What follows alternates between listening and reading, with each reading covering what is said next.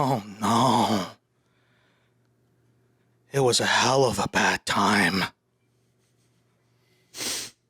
Was that good? Yeah, that was good. Okay.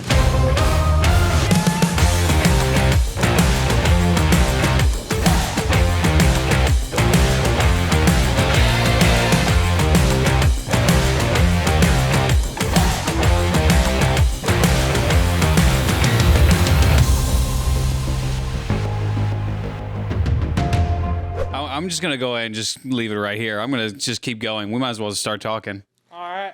Howdy. Welcome to another episode of the Couch Gambit podcast. We're sorry. As you can see from the fucking title, as was promised, we watched Helluva Boss. We're like 7 months late, 8 months late, something like that.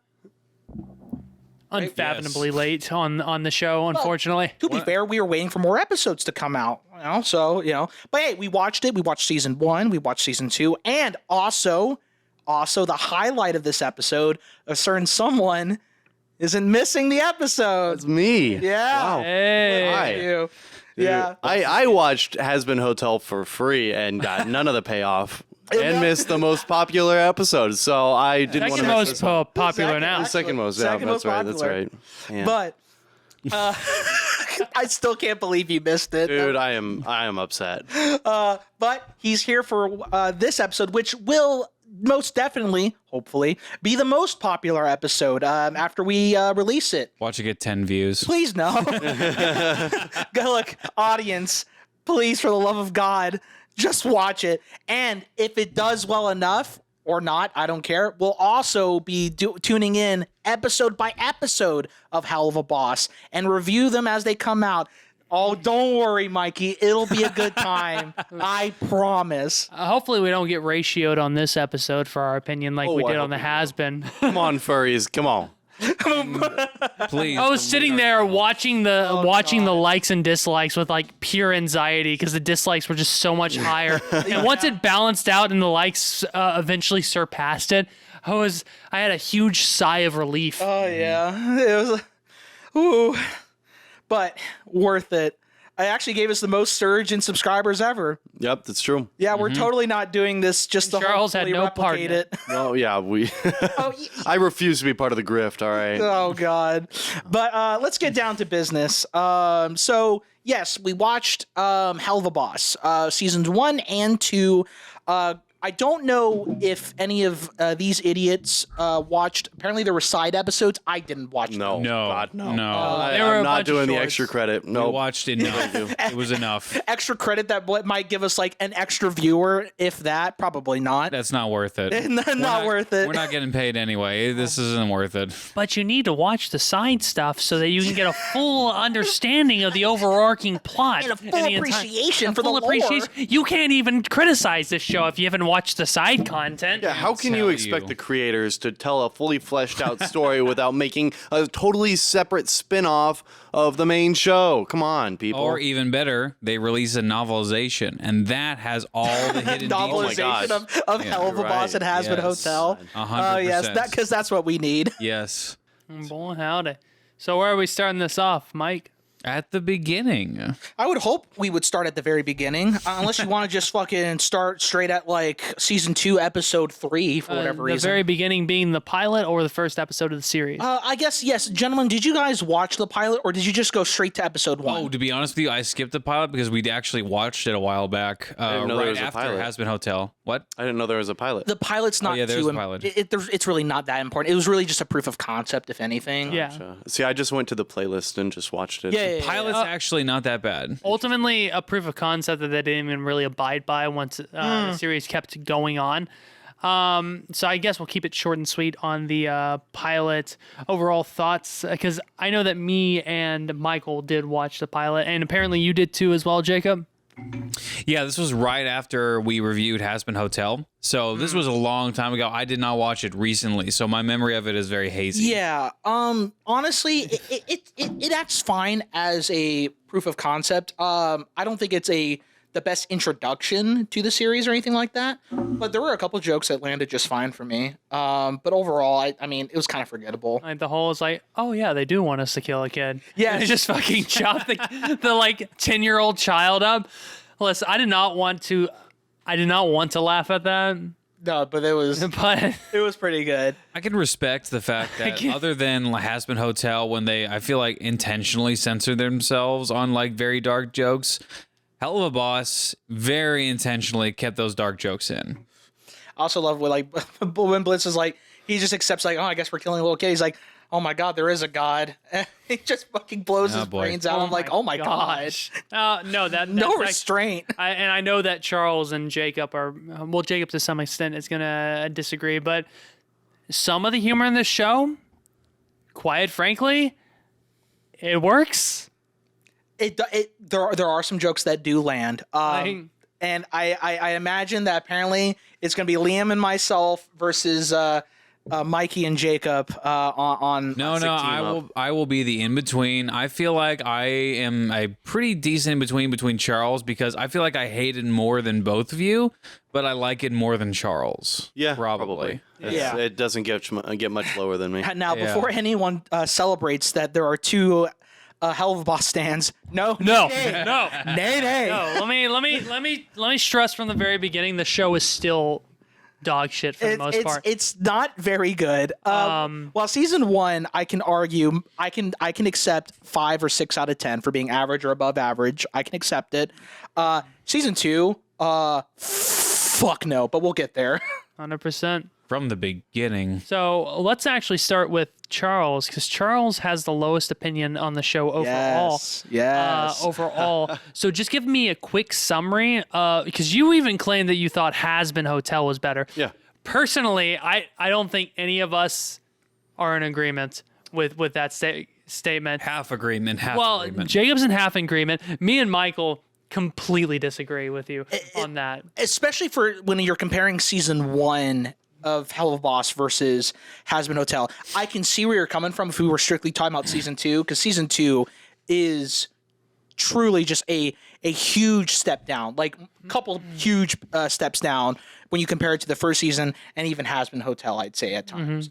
But yes, I guess we'll start with you apparently, as Liam wants. Okay. You on the spot there. So yeah, I mean, I'm just gonna come out and first of all say I am obviously probably the furthest thing from the target audience for this, so I'll get the bias out of the way here. Oh yes. I can't stand the humor, the writing. Mm-hmm.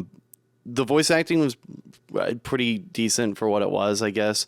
But I just I don't know, man. It just got tiring. I got exhausted by the end of the show because it was just the same stuff over and over and over again. Sometimes you'd re-go through the character arcs that had already been settled. And also, I'm just more of a fan of overarching storylines rather than just kind of episodic. Yeah, okay.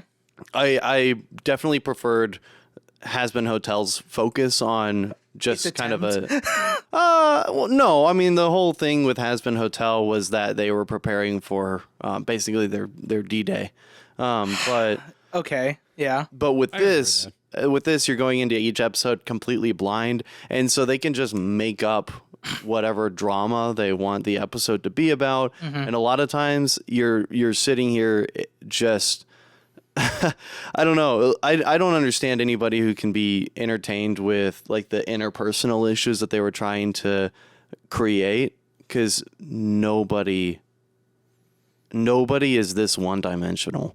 Look, I'm obviously not the target audience either. All right, like most of the, I'd say a lot of jokes probably wouldn't land for me, but there are some where they're executed in a way where even I'm like, no, that was pretty good. Yeah.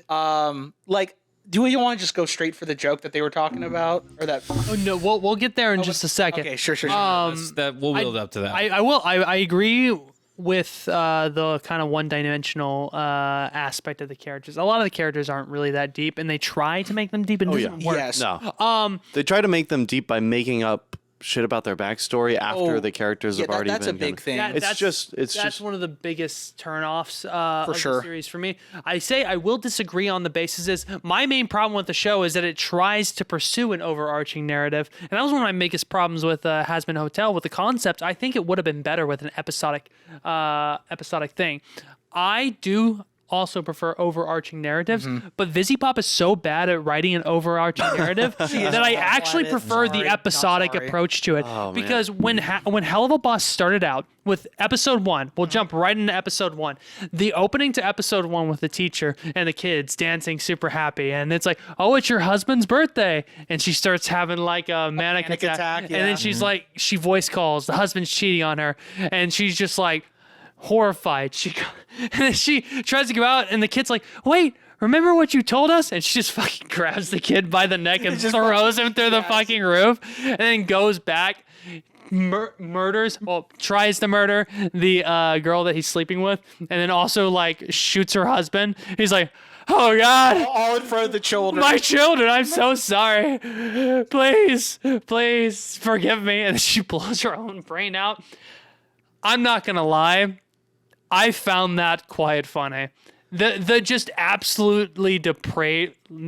Me and Michael are depraved. All right, I'm not gonna. That kind of humor just speaks to us. This is true. This is true. I thought it was absolutely hilarious, and I thought the tone of the first episode was just absolutely perfect. Yeah. And it actually brought my hopes up for the series overall. When you get deeper into it, it followed the concept that the pilot established. It continued with that. Nothing changed. And by the time they actually, when the teacher comes down, she's like, "Oh, everyone's saying she's a hero," and then you have like everyone's like, "You're a hero. You're a hero." The guys haven't said, "It's like you're a hero." And I was like, it's stupid. It's degenerate. It's lowbrow. But honestly, I thought it was funny. And when they actually went to the world to go kill them, and I liked how they established it with Moxie. He's like, when will we have to ever kill a family? They're an innocent family. This is one aspect of consistency I think they got right, because Luna's pointing out, well, this person's like an asshole and this person's like an asshole. And then they go to see the family that they're trying to approach, even though the mission was to only kill her. Yeah. They find out the whole family's just fucking awful. Yeah, they're all of them are like they worship Satan, apparently. Like, holy shit. Awful people. But no, my thing is, I think the problem is definitely that I think it was pitched as an episodic kind of series, right? Mm-hmm. And at first that's what they were doing. But then they were really trying to focus on the interpersonal relationships, especially between Blitzo, the O is silent. Oh, I'm sorry. So Blitz, the O is silent, and Stolas, the gay owl, right? Which it doesn't work because, I mean, for God's sakes, man, it was established that it was business, basically.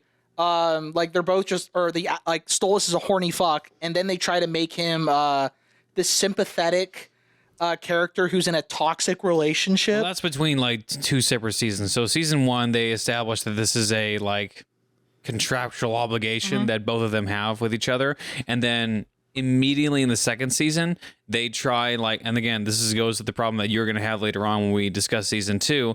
They try to introduce an overarching narrative in between interpersonal relationships with the characters that just does not work, and it doesn't fit what they were going for in season 1. Well, yeah, I mean, actually they actually introduced it like at the end of season 1, when they went to the party. Yeah. The furry party. When they went to Asmodeus's like lustful lounge or whatever. But I think the big problem with Vivzy Pop is for both of her shows, they try to introduce this concept that gets apparently that she changes it like halfway through.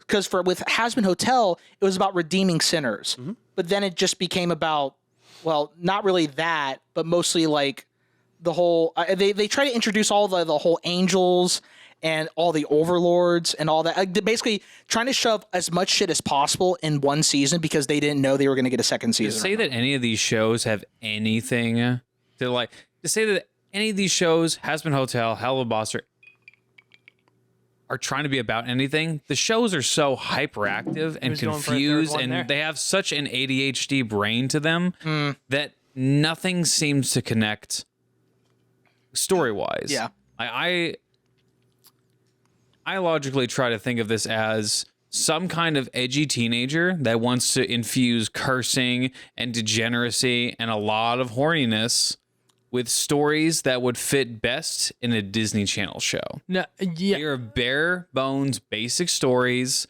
that have to deal with like friendship and doing the right thing, but in a show where that doesn't make any sense because it has to deal with the lowest of the low, hell. Sure. It doesn't make any sense. Yeah, it's one of the big issues I have is they use the whole hell thing as an excuse to be completely depraved, and then they have a lot of virtue and like one of the I guess I'll go with the episode 1 stuff. Well, yes. Well, this is what I wanted to add on to. This is why I liked episode 1 so much, is because it was going with the whole depraved concept. And honestly, if this show was just depraved humor and that was the whole like point of it, I actually think I probably would have given the show a higher rating. I can get behind just a show that's just full of like depraved humor for the sake of depraved humor. Every character is trying to be better than they are, which just is really exhausting. For the most part, I see where you're coming from. And that's the major problem. I know that me and Michael, we give the episode 1 a thumbs up. It was I think it was a relatively strong start. I know that Jacob's probably a little bit more nuanced, so I do want to get Jacob's opinion real quick on episode 1 as the beginning of the series. We have the pilot, which doesn't really count. It just introduces a concept. But episode 1 as like the beginning of the series, what were your thoughts? I appreciate the dark humor because I like dark humor. I like laughing at stuff. I think there was things to laugh at episode 1. I think that the style that it was going for was immediate. It wasn't as bad as it could have been in episode 1, because I don't think episode 1 is terribly great, but it's definitely entertaining. Mm-hmm. The style that it's going for, like, based on what the characters are set up as, that there is some moral ground that the characters are going to be trying to reach, especially with what's the husband's name? I forgot it. The couples. Moxie and Millie. Oh yeah, Moxie Millie. Yeah. Moxie. So to be 100% clear, I'm not going to remember any character's name because I really don't care about the show. That's what I'm for. So Moxie. You know that immediately what they're setting up his character as is he's going to be somewhat of the moral high ground of the show. And immediately what you're shoving this premise as is these are characters from hell. Yeah. And they're going to execute people on Earth. And you shoving some kind of moral high ground in some of these characters, you're already in hell. You're a demon. Immediately for me, that's going against what the premise of the show has already set. Mm-hmm. So, yes, I agree that there are some funny parts of episode 1, and I genuinely do think episode 1 might actually be the strongest episode. There are stronger points in the other episodes, but episode 1 probably is the strongest based on premise alone. It's got a lot of dark humor. But I don't think I think the show sets itself up for failure as well in the same episode. No, absolutely. Now, I know Charles is the one standing out because he's the one that just doesn't appreciate the humor at all. Yeah, no, I think it's just easy. I think that what they did is they took the first pass of in the writer's room and just rolled with it. I think that I understand in this sort of a format of a cartoon that's meant to be fast paced, and it's kind of meant to be ADHD. They want to shove as much as they can into it. It's so ADHD. But oh my god, it's literally taking every single possible joke and just throwing it at the wall just over and over and over and over again. And a lot of like just forcing the lines, because a lot of the ones that you mentioned where the kid is like, remember what you taught us, and it's a cheap setup for kind of not a great payoff to me. I didn't like it. They don't do that as much in season 1. They do it, to be fair, but they don't do it as much in season 1. In season 2, it gets outright ridiculous. Mm-hmm. So overall, what would everyone rate the first episode? From like 1 through 10? Yeah. Oh, honestly, objectively or relative to the rest of the show? That actually does mean a lot in my rating. Because all of them are going to be let you be the judge on that one. So my thing is, I always wish to judge any show based off an objective metric. So I don't care if people want to say, well, this episode's like a 10 out of 10, compared to the other episodes or anything like that. No. Like, just say it how it is. And for me, I would say as an introduction to the show and the concept itself, as well as introducing these characters from like a again, not trying to be super deep or anything like that. Honestly, it's a pretty good time. I would say it's like an above average to good introduction. I'd give it probably a 7. Yeah, I probably more like a 6 myself. Just because, again, this show's not really for me. I get that, but I'm trying to judge it from an objective lens. And actually, I think I could actually go up to a 7 because it is, for what it's trying to accomplish at the time. And as you know, it's good from the animation standpoint. I think the voice acting is actually good performance overall from everyone. And again, the humor lands for me from time to time when it needs to land, right? Because one thing I actually like is some of the attention to detail and the visual humor. Because when their first patron, I don't know why I called her a patron, but when she's hiring them for the job, when she's like getting angrier and angrier, and Blitz kind of like hides under his like desk, and he's pressing like a panic button, you would notice that there's a panic button for each type of situation. One where it's Stolas, which the gay owl, or and there were other like things as well. And I'm like, that's kind of funny because if you pay attention to some of the visual kind of humor, it just works for me. I like stuff like that. I think that gives credit to the animation style because there's so much visual that's going on. Like, again, to give credit, there's a lot of things that you can pay attention to that actually work as visual comedy. And like voice acting wise, like even you were mentioning earlier that the voice acting is still good for what they were given. And they're trying to make the most of the very basic premise that they were given story wise. I would say 5 or 6 out of 10 out of my personal bias, because I just, again, none of us in this room are the target audience of the show. I would personally never watch the show again, but on a basic premise, I would give it a 6. Okay. I think it surpasses, I think it, at the very least, it gives what the show was promising to a degree. Charles? I don't know if I have the ability to be objective negative. on this. I don't know if I can. He's going to be the contrarian here. And it could have just been I knew what I was getting into whenever we started watching this. Yeah. Because we already watched the hell out of Helluva Boss. I mean, Hazbin Hotel. You know what? I don't even. I'm not. You know, go. Please talk. Cut that out. I'm cutting the. This isn't airing at all. I don't know. A lot of it was just trying to figure out what the rules for the show was, like what the characters were, as far as being imps or demons or, I don't know, man. Like I just wish it would have fleshed itself out a little bit more. Because like there's shows and there's movies that are about like comedies about hitmen and stuff like that are really funny and they land. This just, I don't know. Like I said, it just felt like they took the first pass in the writer's room and that's just what they went with. Or if there were any gaps, they just went with like whatever they could possibly throw at the wall instead of just making those gaps relatively good. It was just a lot of cheap humor, and I got to go with like a 4. Okay. Yeah. And again, for me, I am also one of the type of person where I do think overly vulgar language does not automatically make something funny. Yeah. Now, don't get me wrong. I am guilty of that because I swear like a fucking sailor. I really do.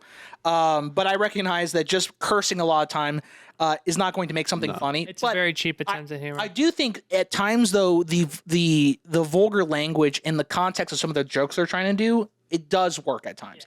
Like, again, agree to disagree. I personally like one of the jokes I liked was when Blitz, the O is silent, is held at shotgun point from the crazy fucking bitch, and he was on the phone with Stolas, and Stolas continues talking about how like all the depraved things that he wants to do with him. And I was like, and like they just kept going. I was like, no, this is pretty good. I didn't like fucking laugh out loud or anything like that, but I found it humorous personally. But yes, overall, I personally think it was a pretty strong start. Absolutely. To the concept of what they were trying to do. So episode 2, I'm not gonna lie. I do think is probably definitely on the weaker side of what we received. Thanks, Liam, for blocking the shot. But Dang nabbit. not only do I think I think for me, part of the reason why I actually really don't like it is also the placement of it. I feel like this episode is something that actually needed to be towards the end of the first season. Because because you're trying to, we instantly go from this comedic, vulgar kind of humor to which we still have it in the second episode, but we're now trying to explore the relationship more between Stolas, who is a terrible father, and Octavia, which, I'm sorry, I thought we were following IMP, the fucking assassins or whatever, not the family drama of fucking demon owls. Yep. But whatever, sure, whatever makes you happy, Vivzy Pop.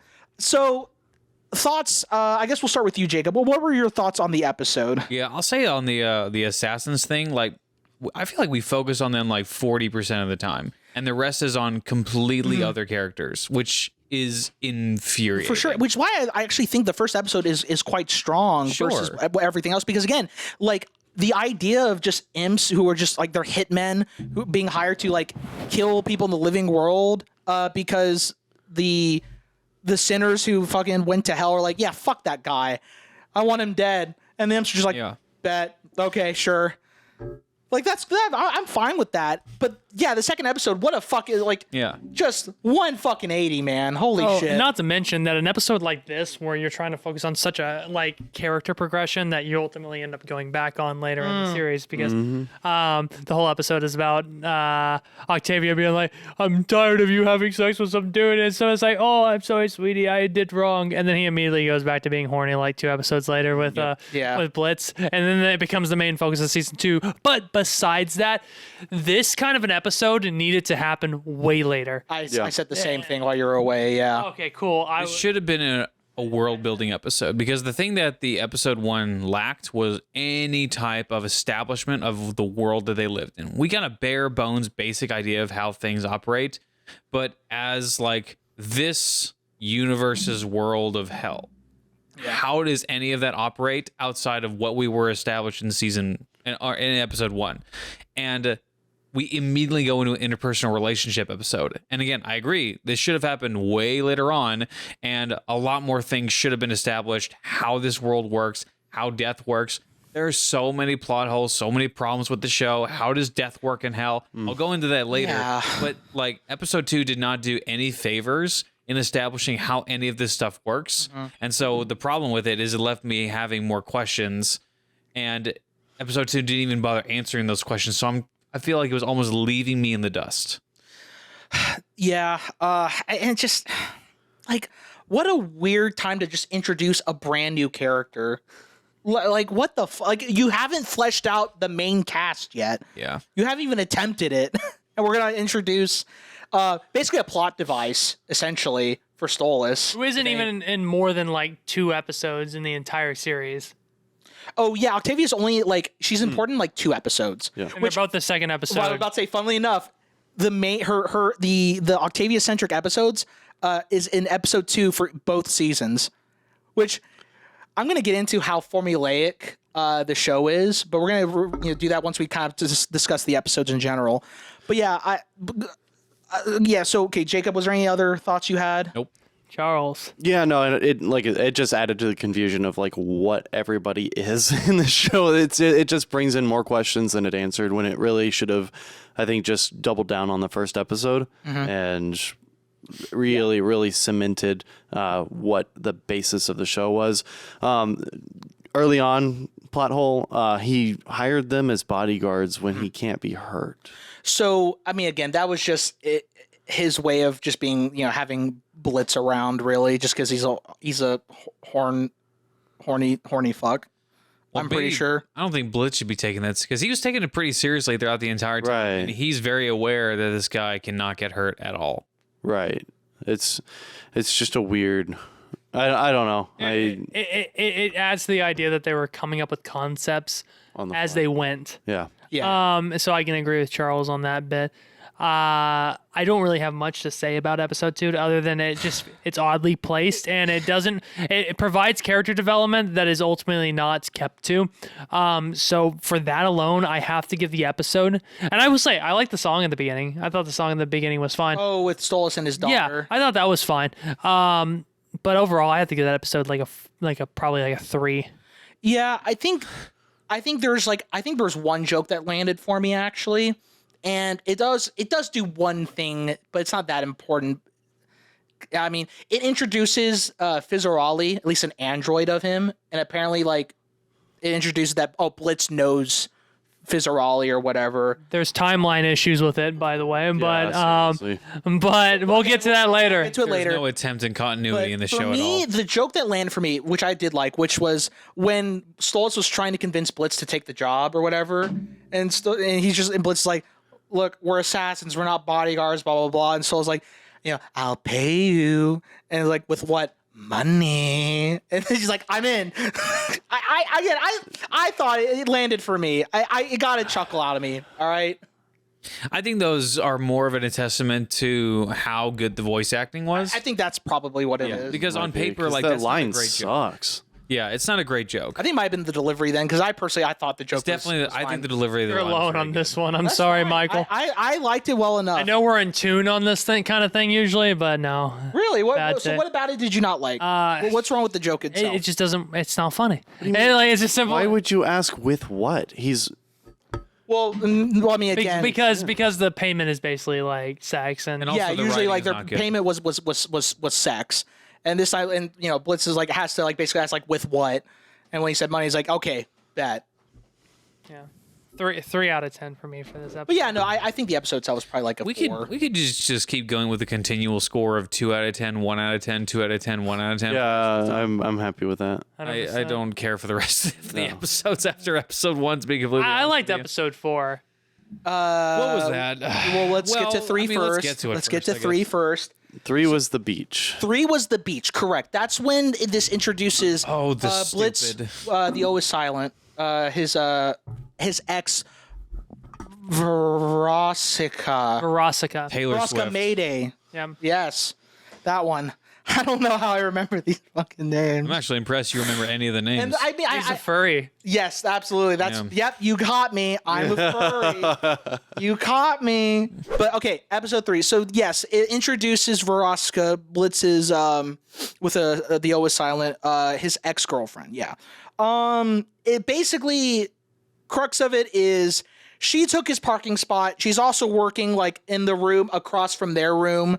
And Blitz is having none of it. Also, Verosca and a bunch of the succubus, succubi. Is that the plural? I don't care. yeah. They then they do things to Moxie. They just fucking assault Moxie. They just assault him. Yeah. And I'm like, oh, that is. And I can appreciate that Blitz like, oh, fuck that. Like that's where he draws the line apparently. But yeah, and then they're doing a competition of who can they fuck more than they can kill basically. Mm-hmm. So it does introduce the fact that for whatever reason, the imps don't have a human disguise, which apparently Doesn't Luna matter does? at all. It has never mattered at all in the show. Yeah. They do, even season 1 and season 2, it doesn't matter if they have a human disguise or not. Nobody cares. yeah, no, they thought that Moxie was a possum. Yeah. Like that was a joke. And I was just like, fucking how? I know you're drunk, but how? In what universe? And this is by the way, This is the joke that we're this is what we're gonna get on to both of you about. Is the fourth wall break in the show. Oh, the furry? When we were talking about this in the discussion, our friend Charles over here. Yep. Okay. I am gonna double down on this. By the way. No way. no. way. Just get to it. He goes on about how he could almost accept the fourth wall break about who would try to like have sex with Oh no, there are some sick freaks up there. Yeah. Who'd want to do things to you, Looney. or who something would like want to do things to you, and they look at the screen. And Charles had a complaint about that would be funny if it wasn't their target audience. Charles, the reason it's funny, No, hang on. the reason it works is because it is self-deprecating humor. You are misrepresenting Towards what I the- said. that is literally what the That is what the chat says. Bring up the chat. Bring up the Bring up the chat. Bring up the chat. Bring up the chat. Bring up the chat. Fact check. Fact check. All right. This is a presidential debate. So- Okay. No, I will read it verbatim, which Okay. would have been mildly funny if it wasn't their literal target audience. And the reason that I said that is not because that audience would be drawn to it. It's because they sold out. They accepted $10,000 to animate that rape chase sequence. It's the next message. You can pull it up. I know exactly what I'm you're more talking than about. happy No. to. Hold on. This joke is partially pointing at themselves, but it's not self-aware. It's not exactly self-aware because they literally sold out for this exact. What are you talking about? Are you talking about the $50,000 music video thing? Yeah, with Is it with 50,000? Charlie- With Yeah. Charlie in it. I thought it was I don't even think 10,000. they Yeah, actually did it. that's my point. So they didn't do it. They didn't do said that. they would do it, but they didn't actually do it themselves. But that can even add to your point, the point that you're trying to make with it. I take exception to the way you phrase that. But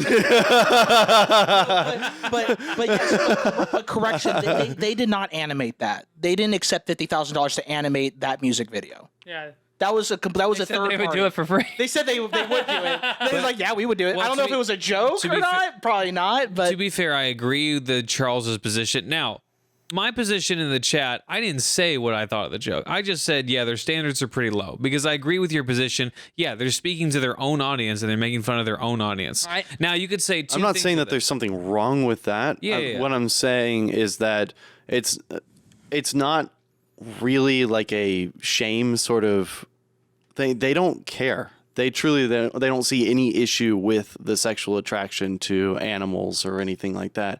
They're making a it's Yeah, it's in poor faith or something. Like yeah, no, it completely, yeah. Yeah. No, I that's what I was saying in the chat, and I agree with that.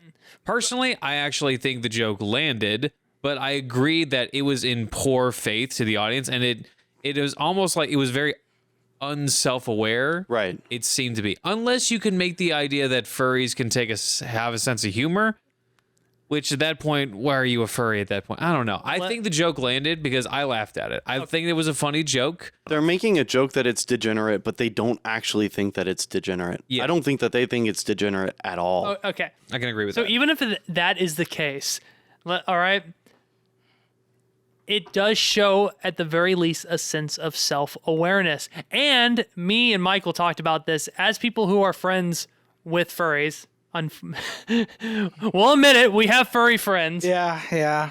At the very least, most of the furries I know can at least take a joke. As depraved and sick as some of them can be, Yeah. most of them can actually take self-deprecating humor. Yeah, like so when I was I was showing them the Flash Gets the Space Marines on a crusade against the furries or whatever. I showed that Oh, you might want to. censor that name. I showed it to a friend of mine who is a furry, and you know what? He thought that shit was fucking hilarious. Yeah, it was one of the funniest things he had ever seen. Apparently, And one of my best friends growing up was also a furry. And even though I think she's a little weird for being a furry, she's got a very self-deprecating sense of humor about it. So to me, it works because having known furries and having known their sense of humor, I think it fits perfectly with their target audience. Except that they're clearly actually trying to sexualize the character that they're making the joke about. That's the issue. That's the whole No, joke. that's not the whole joke. It would be a joke if they were trying to create a non-sexual character and you look at the audience like, really?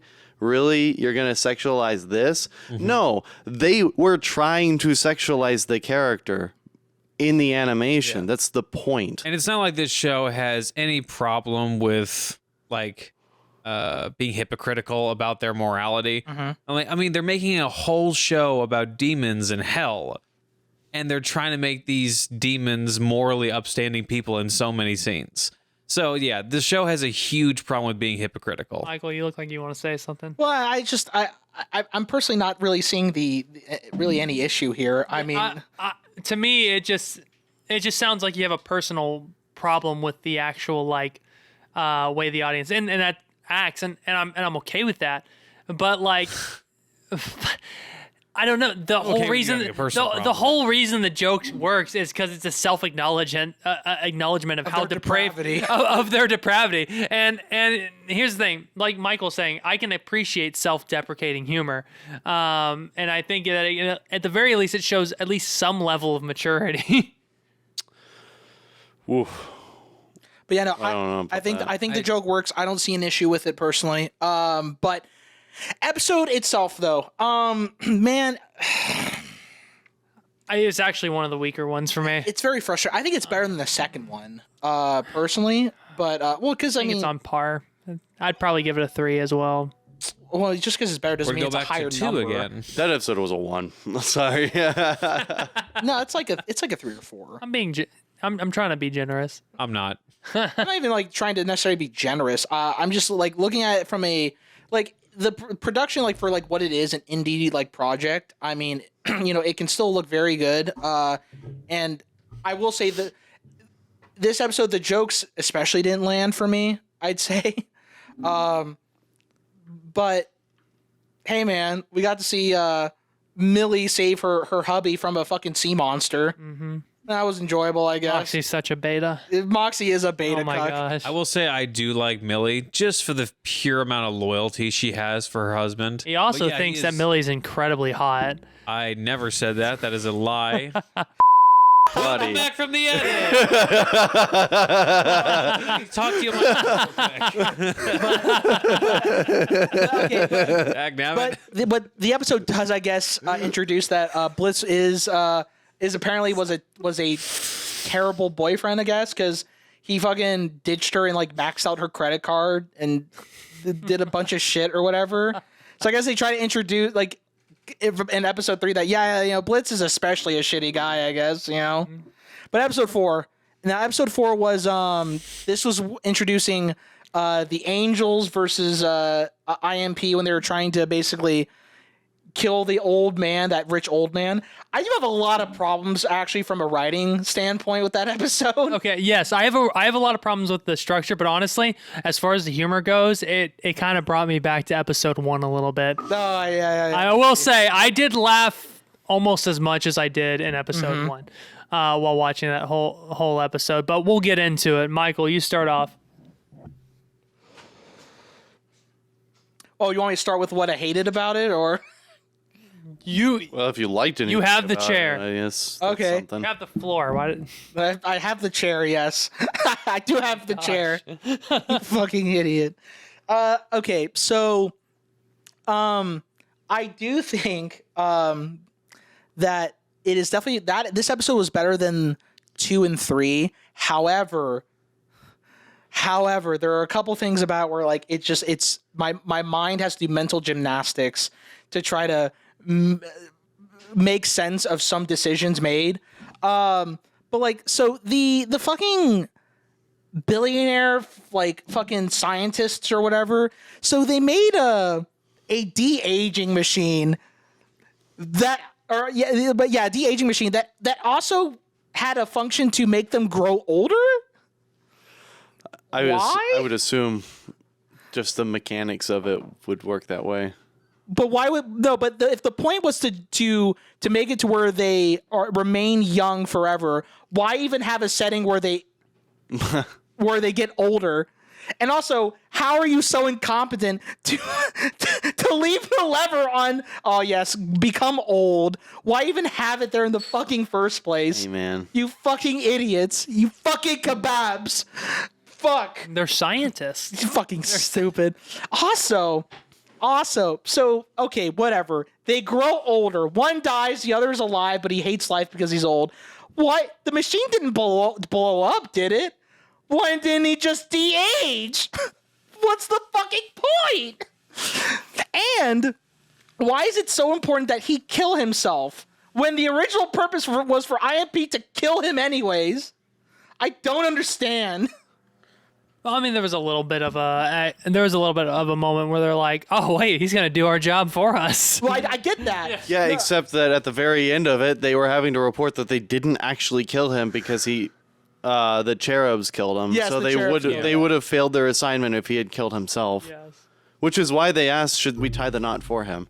By the way, Right, yeah. That episode should have ended with them just I know, shooting him in yeah. the bed. But again, there's some jokes for me that they got a chuckle out of me. Yeah. I can't lie. Like the whole moment where the old man's like, surely if these forces are above me, are so concerned about my life, it must mean something. I was like, oh, he's gonna fucking die. He's gonna fucking die. I also love when the piano is like he goes to avoid the piano and then it just fucking moves. It's cliche. Don't get me. It's very cliche, but it's just something that it's a cliche that works for me. I also love when they're taking him to when the cherubs are trying to take him to like appreciate certain aspects of life. Yes. And then like the imps are just fucking ruining it for him. I also love even like the face that Blitz makes when like I think where a stag like killed a human man or something, and Blitz is like. He just looks at him. I'm just like, that's so fucking stupid. I know. Oh my god. Like it got it. For all its downfalls, it made me laugh about as much as the first episode. Yeah, and I have to give it credit for that. I will say that I feel like the first episode may have had a little bit stronger of a storyline going on for what little storyline it did have. But again, story it had. For what little story it did had. So I wouldn't rate it as high as I did episode 1. I'd probably give this a 5 out of 10. Yeah, I'm fine with that. I think it was average. Jacob, you have yet to share your thoughts. It's always infuriating to me when there are concepts that are inherently, like, we'd say morally good in today's society, and they try to like reverse everything. Like there are some aspects in hell, like, oh, you didn't like even consider this aspect. Like maybe there's good in these people, and maybe like this morally uprighteous thing that was held up for this many years is actually really bad. And the cherubim, like it always feel like this episode in particular felt like such teenage writing. And it just annoyed the crap out of me. Like, it just felt like it was just trying to be edgy for the sake of being edgy. Like, you know, these good people that are really good, like, they're actually not great people. But these bad people that are really bad, they're actually not bad people. Like, and it, like for me, like that concept has been done to absolute death in modern society. And I just cannot stand. I didn't really get that from the episode. I got it a lot with like the cherubims and like them being like the obvious good guys, but obviously they're actually like when they start cursing and stuff like that. Like it for me, it felt like such childish writing. I particularly didn't like this episode, and like I can almost agree with you on some of like the darker sense of humor. Like I actually liked the joke where the piano was like changing directions. Like I actually liked that. I agreed with that. Was a funny as joke. Cliche as it is. It's cliche, but it was funny. Like it worked in the animation style that they were setting forth. I liked that. It was not a bad joke at all. But like for me personally, this episode just pissed me off even more because I know where the writing style is going from. They're trying to make immoral things moral, and it just like it feels like such a this generation style of writing, and I don't like. I just it's so outplayed. It's so outdone. I hate that writing style. We'll get to you in a second, Charles, because I heard Fuck you. I heard that little smack in your lips as if you were ready to talk. I heard the. Oh, I'm sorry. I meant to do the.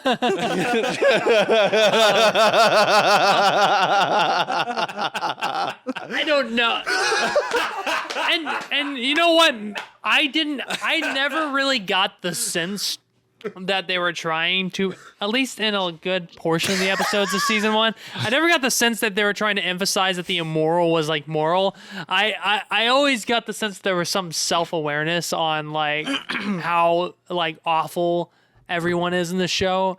So I never really got that sense. Well, season 2, we're a different story. We're at the lowest of like hell is hell, man. Like I don't know how you low. Well, I mean, even the show doesn't really live up to that standard because you can still be killed in hell. That's another question that we'll talk about later. But like hell is the lowest of low. And like, okay, live up to that premise, which is what we were talking about in episode 1. Episode 1 had a lot of moments where it was living up to the premise. These were not good people being not good people. And the one problem that we had with that is that this character was trying to they're like, oh, we can't do this, but that's a demon. Why would he care? I actually was gonna repeat almost verbatim what you said, because one of my big issues with the show is that they present these horrible characters and they dig so hard to the point of just like making up out of character stuff to try to show no, they've got some good in them, and if they were just given the opportunity, Yeah. they could finally find their potential. And then you've got like people who are like generally good, or they're presented as good, and the show just it's like, no, they're actually a shitty person. And here's, because they're I'm going to take the anti-capitalist bait. That was bullshit. I hated this episode because it was just, and they even like make a little self-aware joke where they're like, you're getting too real whenever Moxie's going off. Yes, about I recall that. The I billionaire. didn't really chuckle at that or anything like that. No, but I mean, it's just, oh God. I hated it. Towards the beginning, that's what I was pulling up to listen to again.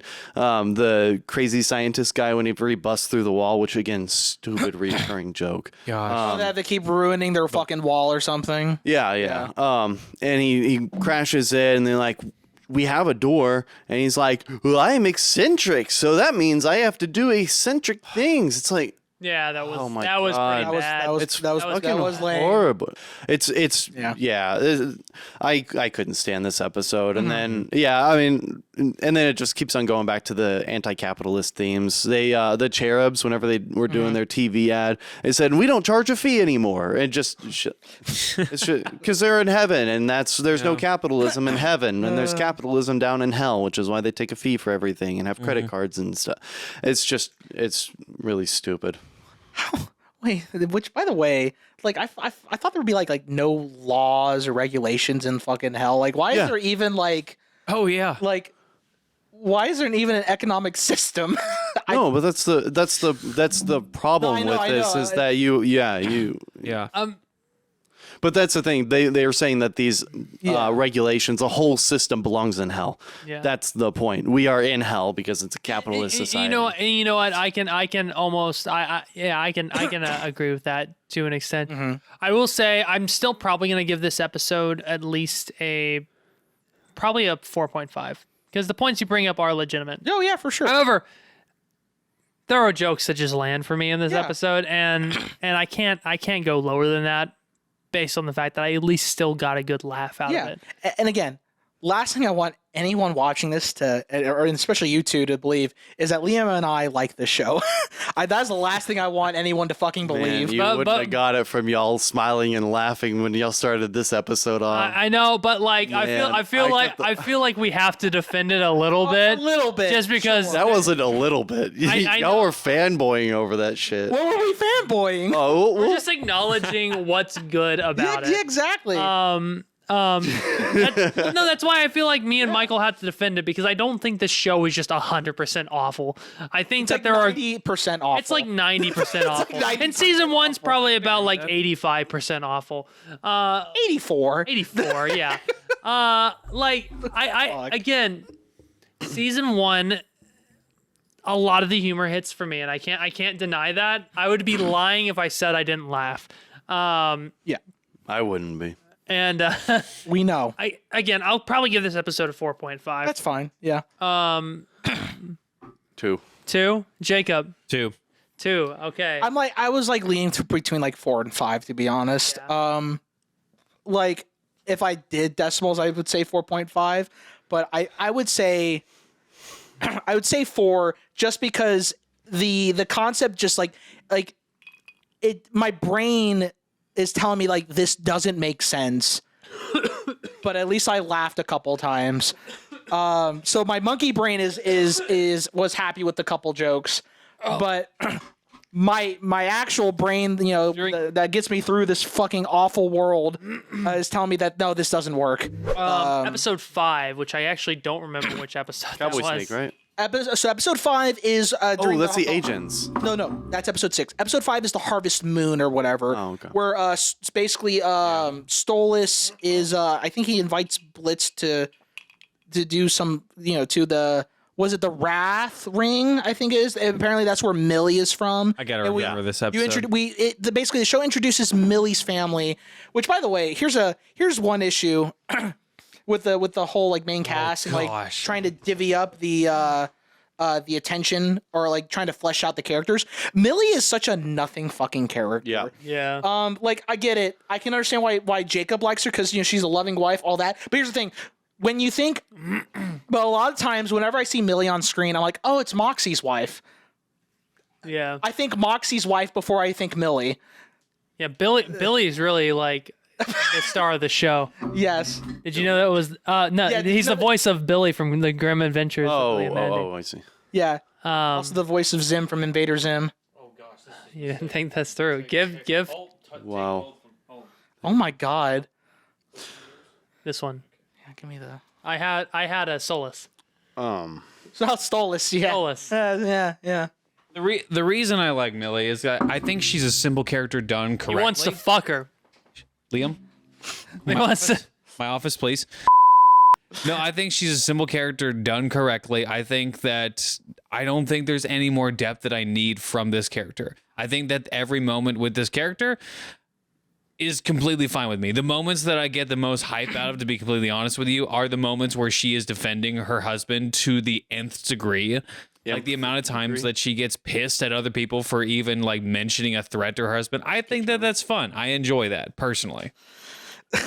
Plus, like, her husband is such a beta cuck that I like that at least one of them has a ball in this relationship. Has a ball. And a ball. One a shared ball between the both of them. A singular They testicle. share the ball, and she has the one. You know, it is odd that Moxie is our favorite character because he's got this hat. He's such a No, like us two. us too. Actually, genuinely, why is Moxie your favorite character? And it's just like, okay, first of all, I feel like at the very least, I get a lot more out of his character than most of the other characters in the show. And despite the fact that he's a beta, he just has like random moments where he suddenly just becomes a badass. And it's kind of satisfying, despite the fact that it's not well written. Because there are instances where, like, again, like the thing that he excels at is being a great shot. And honestly, I think one of the strongest aspects of the show is the relationship between Moxie and Millie. But he's not that great of a shot. Every time it matters, he misses. Oh yeah, he misses all the time. Misses constantly. I mean, yes, but like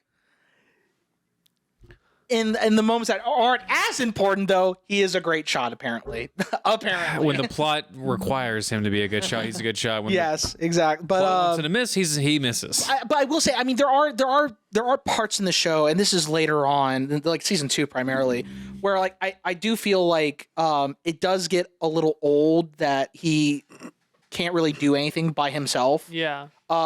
I will say that. Yeah. Because I can think of one episode in particular in season 2 where it just fucking frustrated me. Yeah. Seeing how pathetic he still is. Yeah. But back to the 5th episode, conceptually and plot wise, what did everyone think about it? My thing with episode 5, it's supposed to be what or we're supposed to continue episode 5, right? No, he Yeah. just dumped his. I know. Oh, What did you do? What? I continue. He tipped his glass too far. And so like episode 5 looks like it was supposed to be like a Millie-centric episode, right? But then like it has like almost nothing to do with her. It's just another Moxie-centric episode, and I'm like, oh yes. I mean, I guess we're gonna get a whole lot of nothing for Millie. Whatever, sure. They introduced Stryker, right? Stryker's his name. Yes. The rough cowboy, whatever. Is it a snake? Kind of. Kinda. I think maybe that's the aesthetic they're going for. Sure, we'll go with probably. that. Sure. Yeah. Yes, they introduced Stryker, and hardly know her. I was waiting for it. Welcome back from the edit. Oh no! I can keep that in. I kept the Hitler joke in last week. I'm gonna keep this one in. Keep that in. Joke Jeff. about Welcome back from the what was I on? I don't they know, introduced. man. So okay, Stryker. I hardly know her. Yeah. So how do we feel? I guess him as basically an assassin that was hired by Stolas's wife, Yeah. then ex-wife. Mm-hmm. How is he as an antagonist for everyone? Does he work? Does he not work? He's bare bones basic. He's cliche. Mm-hmm. Nothing special about him. this plot line of using the weakest character, introducing a new cool character that everybody likes, who makes fun of the weak character, and then the weak character's ostracized, and then the weak character finds out that the funny character, the cool guy, is a bad guy who's actually using him to betray everybody. And then he confronts the guy and then exposes him for who he is, and the whole rest of the team turns around on him. And it's Avatar did it with Jet, and I mean it's so tired. Oh my god, you literally could predict it from the moment they introduced. It's also disappointing because it's not like even the underdog story comes to a satisfying conclusion because Moxie doesn't even defeat Stryker in the end. So it's just like what's the point of even trying to focus on this whole underdog element if he's not going to overcome that challenge? Overall. Because episode rating with the O is silent is the main character, and he has to be the one to take care of things. Yeah, we talk about him the least, and he's the main character. I know. It's a 2 out of 10 for me. Stryker easily could have been a really good character, and they just made him so tired. Because it's Disney Channel writing. I mean, I'll give him this. I do think the vocal performance is serviceable. It's more than fine. But just everything about him is so fucking lame. I did not enjoy this episode at all.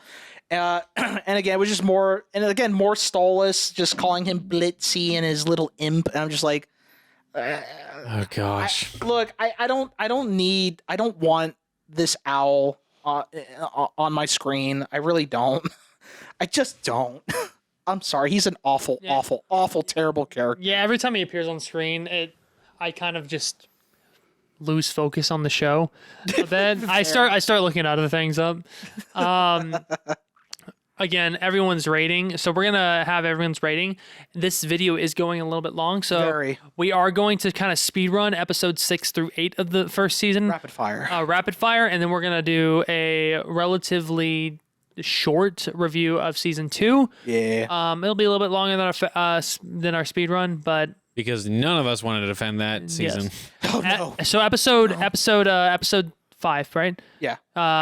What's the rating? So for me, Harvest Moon. Harvest Moon. It's a 1 for me. Straight up, it's probably like I think it is probably it's probably like a 2. Yeah. I'm gonna hit that 1. Sure. I don't like this episode at all. See, to me, it could have been probably the strongest episode in the series had they not just rewritten the same exact plot line. Yeah. Dude, it's almost every show I can think of that has that has just like bad writing or and every show writing. that has and most of the shows we can think of that have done that same episode do it better. Yeah, Avatar. For the record, Avatar nails it with Jet. They nail them. They nail that. But Avatar is also a kids show. Like I love Avatar Less and Better. And inherently it is a show that is made for kids that it can be enjoyed by adults because I still love that show. But this show is presented as it has an edge to it because inherently what's the premise of the show? It takes place in hell. And so it would expect something Hellish. Out of the ordinary. Hellish the show. But you get Disney style, Disney Channel style writing and Disney Channel style arcs. Yeah. No, Sorry to interrupt. No, it could have been a really, really strong episode had they done something different. Different than what other shows have done. But this is the execution easily. So 2, 1. What was your rating? 1, 2. 2. Okay. 2. Liam. 100%. This is 2 for me. Yeah. So average about 2. 2. It's just 2. So 6 through 8, we're gonna rapid fire. Yes. Michael, I need you to do a quick summary of episode 6. We're gonna give a very short opinion on it, going around, and then we're gonna rate it. Cool. And then 7, 8, same thing. Cool. So yes, episode 6. It is about basically Moxie and Blitz, the O is silent, getting captured by this organization called Dork. Basically, they're secret agents, apparently, who apparently they're crazies in their department or whatever.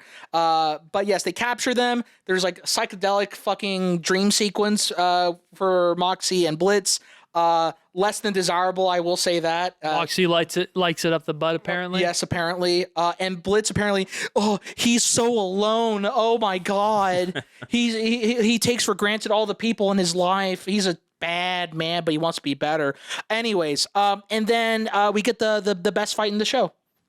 Yep. And they get saved. Jacob. That's a good fight. Why in the world did the demon hunters bother asking them any questions when they had truth gas at the very beginning? Because they're stupid. Yeah, no, this chronologically, I had the most questions with this episode out of anything in season one.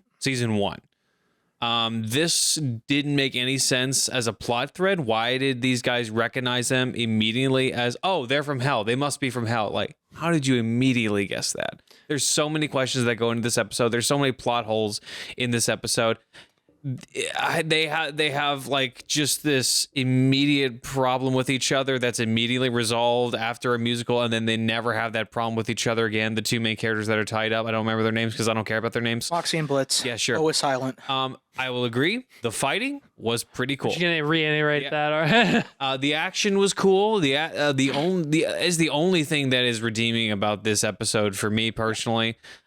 There's so many, like, and honestly, for me personally, I'm not as concerned with plot holes as much as Michael sometimes, because sometimes I just kind of like, you know what? Let's see if the internal logic of the episode or the film makes sense. And I could ignore some things, but like some of these plot holes were too big to ignore. Charles.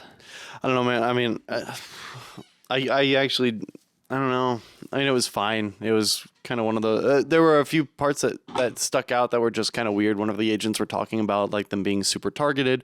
I don't know if that was meant to be a joke or not, because they're not. They killed a theater full of people. Like they're not precise, but it didn't feel like it was written in as a joke, which is just another, I just don't like the writing of the show. It's just bad. Again, I probably have the same problems. The writing of the episode wasn't that good. They're trying to get into character depth that wasn't pre-established with Blitz or Moxie. Really. And I don't know why they're going this whole angle with Blitz when they didn't previously establish it in the rest of the series of him being so alone. It's kind of an odd angle because we never really got the hint of that before then. And if it was forgettable for the most part. The action sequence on board, very good. Everything was good about that action sequence, and then Stolas appears and it ruins the episode. Yeah, so it's a 2 out of 10 for me. Yeah, I will say I think the only hint that that Blitz is like, oh, he feels so alone is because he's so invested into Moxie and Millie's marriage. Apparently, I think they make jokes where like he's like weirdly obsessed with it. Yeah, but that's really the only bit. That's not good enough. I guess I don't understand what y'all are saying makes it a good fight scene, because there's no stakes to it. The only thing that can hurt them is the electricity. It's just visually good. Yeah, the visual. That's what we're saying. It's visually good. Yeah, not that none of their fights. Most of their fights don't really have a lot of stakes. Well, they could have used the electricity was the only thing that's been proven to have any effect on them. Guns, they already said bullets don't actually affect them. No, fire doesn't affect them. Apparently, didn't even they have do any feel bullet guns at their wounds. disposal. They had a bunch of swords. They went up. Yeah. I mean, They made a joke about like the Edo period or whatever. Yeah. I was like, why are all our weapons from the Edo period? And then the chick was like, the Edo period has like the best weapons or something. And he's like, blasted, you're right. I think he said something like that. Yeah. And I was just like, oh, Like, God. you can't just acknowledge a flaw and then just think that fixes the flaw. Also, here's the big thing. This episode doesn't work because at the very end, so Stolas for some reason doesn't kill them. I don't know why. You know, because he's like, they're not going to believe them or whatever, right? Oh, yeah. And then it's revealed, oh, they have footage of the whole carnage or whatever. And I'm like, wait a minute, but why does that matter? Because you already had footage of the fucking imps. You already had your fucking evidence. What the fuck do you mean? We got them. We got them. We have all the fucking proof we need now. They don't Like, come back to it, by the way. like, it's not like the episode itself is like a fucking 2, and it's only a 2 because the fight itself is so visually like spectacular for me, for my monkey brain, that I gave it a whole fucking point. Boy, howdy. Everything else about it is fucking garbage. So, Michael, I can agree. Episode 7. Episode 7. So episode 7 is when they really first try to introduce the whole Blitz and Stolas are more than just fuck buddies for the whole grimoire thing, apparently. Where Stolas has deeper feelings. It doesn't work. It wasn't established. I fucking hate it. It's garbage. But we do see and hear Moxie sing a love ballad to his wife Millie in this lustful lounge. I don't know what they call it. Aussies, yeah. Oh my lord. And so, okay, and it also reintroduces Fizzarali, but the actual Fizzarali, not an android. But apparently he does have robotic parts or whatever. Yeah. Weird. Yeah. Yeah. I mean, they explain it later, I guess, but in season 2. But I mean, I guess like if you like the 2 songs that they did, like sure, good for you. You like the music, but this episode just is so. There's nothing building up to it, right? I don't believe, and I cannot believe that Stolas actually has any real feelings for Blitz because everything I've seen of him before does not suggest that at all. And Blitz, he's a fucking asshole. We get it, right? He's using Stolas to get into a club so he can spy on Moxie Millie, which a representation of the happy, wholesome relationship that he'll never have. Woe is fucking me. Oh my god, this episode is just not good. I don't like it. It's just like I'm reliving it. I'm starting to question if I do like for this season 1 more than Hazbin Hotel, but I might still stand that it's better if only just the first season, because at least I laughed more in Helluva Boss than I did Hazbin Hotel. Because even the episodes I don't really like, I at least chuckled once, which is more than I can say for Hazbin Hotel. I will say, maybe the one thing Hazbin Hotel had going for it was episode 4. The episode 4 was so good with Angel Dust as the focus character. Yep, that was a good episode. The whole like commentary on the war industry, all that stuff. That's probably the strongest episode. It's probably, I think, quality wise, might be on par, if not maybe a bit better than maybe the best episode, which was the first episode in Helluva Boss, maybe. But the rest of the series, is just oh my god. Yeah, no, that episode 2 out of 10. I may give it a 1. Okay, 1. What about you, Jacob? Any thoughts on it? Whatever goodwill the show had going for it with any of the characters, with any of the humor, it bludgeoned me to death with this episode. I cannot stand this episode. I cannot stand really whatever else came after this. There was one section in episode 8 where I could actually get behind, but even that's ruined. We'll get to that in a second. It was the furry pop song. Jacob loved it. I loved it so much. Yeah. It was such a fan. I'm a huge fan. It actually converted me. Oh, sorry. I hated this episode. I can't stand this trying to be edgy teenage writing, trying to make it's like, oh, we're gonna make I cannot stand it. It's just degeneracy for the sake of degeneracy. I hate it. I hate it so much. Dude, I can't say anything better than that. 1 out of 10.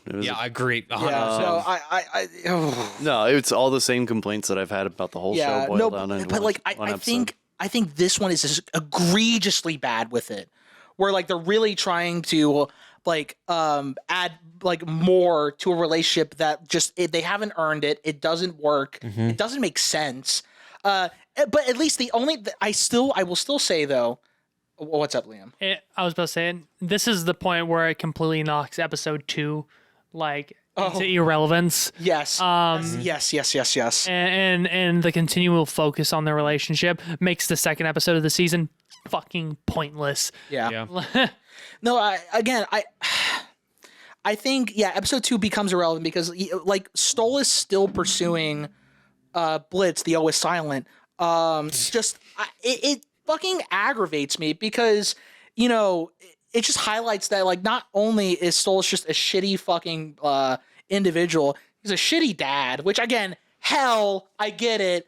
But, like, the thing is, they're, in the context of the show, they're not even trying to, they're trying to show Stolas and even Blitz, the O is silent, in a more sympathetic light, and it doesn't work because they are horrible people with no redeeming qualities about themselves. Yeah, no, horrible. When I saw this episode, I realized, oh my god, this is going to be truly awful. Just, I might actually want to fucking rip my eyes out. Deadpool said it best. It's just trauma dumping. Yes. I guess I don't really understand why they had Blitz and Stolas there instead of anywhere else. I understand what they did with the characters, but it was just a weird setup and execution. And Well, I think I don't know. I think the original intent was obviously Blitz with his name. Blitz, was that his name? The O is silent. Yeah. Sure, the always silent guy. He's jealous of the two main couples because maybe he lacks intimacy in his life, and the one type of relationship where there's any kind of intimacy, obviously it's fake. It's not real. It's there for pure carnal pleasure. And then when he's faced with that reality, when they're both right in front of each other, he realizes that they don't have that because it's just carnal degeneracy at this point. And what these two have in the context of this show is a little more pure in the sense. So you could say that that's what the episode was going for. And maybe you could give that as an excuse, but I think it's just clouded by a layer of you're unaware of what you've been setting up this entire time with both of these characters. You're trying to make them more sympathetic, which the more correct, in my opinion, story route you could go with this, which just show how unhealthy and terrible that this is. These are not good people. These should be far apart from each other. Go the route of Shame with Michael Fassbender. That movie, for number one, if you're a degenerate, see this movie, you will completely be converted. But go the route of that. Just go completely away from your desire. But again, you're in hell. There's a whole the show contradicts itself so much in this episode. Absolutely. Episode 8. Yes, episode 8. So episode 8, apparently this came out after season 2 premiered. Apparently, from what I've seen, because the first episode in season 2 came out 2 years ago, and then but during the playlist I saw that the last episode came out a year ago. So I don't know the story behind it. It was just something I noticed. But basically, it's shortly after or during when you're right. Blitz, the O is silent, went to Ozzy's with Stolas. Luna went to a party, or she's at a party. Bunch of fucking furries, dogs, whatever, animals, with some imps. And basically the Vortex. That's the other. Oh, the doggo's the name. Hellhound, yeah. The Hellhound, yes. Doggo. He's reintroduced, whatever. For whatever reason, she's pining for him, even though she knows he has a girlfriend. What a bitch. Horrible, terrible. You belong in hell. But so introduces, oh my God, I actually don't remember her name. Queen Bee? Queen Bee, yeah. Oh my That God. might be her name, yeah. Charles is such a fan of the show. Yeah. I'm So they introduced Queen Bee, which Especially the apparently, furry moments. Yeah, He actually loves the show. I didn't really hear I it. hated that joke because it was aimed at me. So apparently, I personally didn't hear it, but that's also because I don't listen to her music. But apparently, Kesha was the voice actress / singer. Oh God. Yeah, they switched the singer. Oh, did they? 'Cause, I don't I think see. she was the voice actress. Gotcha. I could be wrong. That's just assumption because the way she sings sounds so significantly different from how she talks. I also hate the song, by the way. It's a bad song. I hate this fucking song. Yeah. I was so close to ripping out my fucking ears and then putting a shotgun into my fucking mouth. Yeah, even though I don't own a fucking shotgun. I was this close to calling Mikey, do you have a shotgun? So And many. yeah, sure, Fizzy Pop's a furry and all that, but all the furry imagery in this was just, it was too much. I just, oh I my, get their target audience probably loved it, but as someone who is not their target I audience, just- Damn. I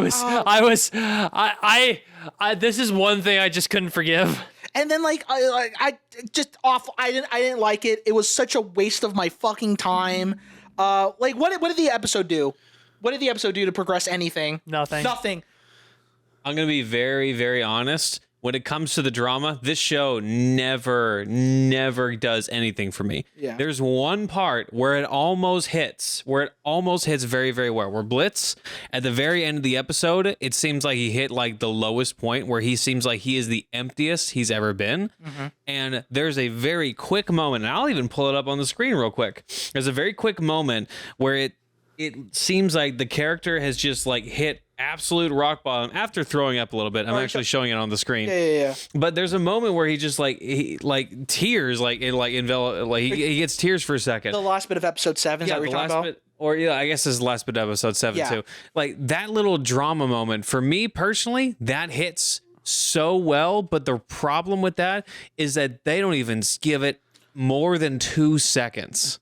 They don't give that moment any time to breathe. The problem though is, and I think you already realized it. I think you just mentioned it, but I'll explain it in a way to where a super dumb idiot can understand.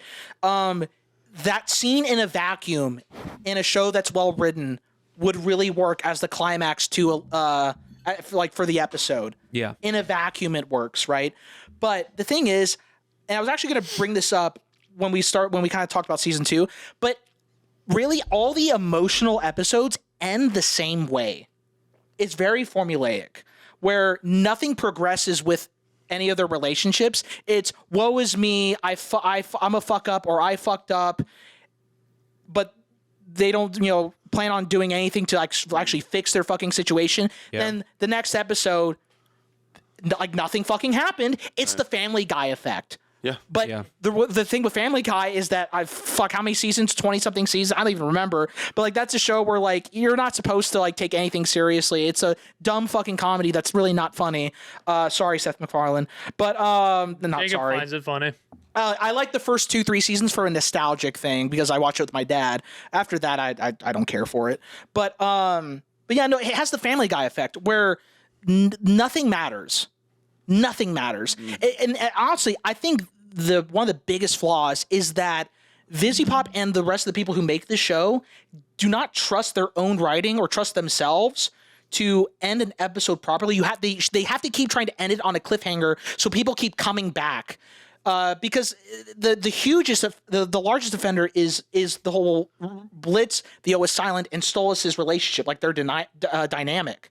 It always ends the same way for the most part, where and like people, the cliffhanger is, will they be able to resolve their issues? And they did it like what 3 times, 4 times, and it gets stale. It's old. I didn't like it the first time, and I still don't like it. But sorry, episode 8, waste of time. It's a 1. I agree with what you were saying. That moment could have been really, really good. I don't know. It was to me, it was actually stronger than most of the other ones. Probably a 2. 8? The furry party? Not because of the furry party. Well, wait, what? If you're talking about the scene where Blitz silently cries as he's looking at photos, that's episode 7. Yeah, because I think I messed that up. That actually was episode. That was the 7. end of episode 7. Okay. I'm sorry. Yes. I was. Yeah. Oh no, that wasn't what. Oh, that wasn't at all what I was talking about. What are you talking about? It was.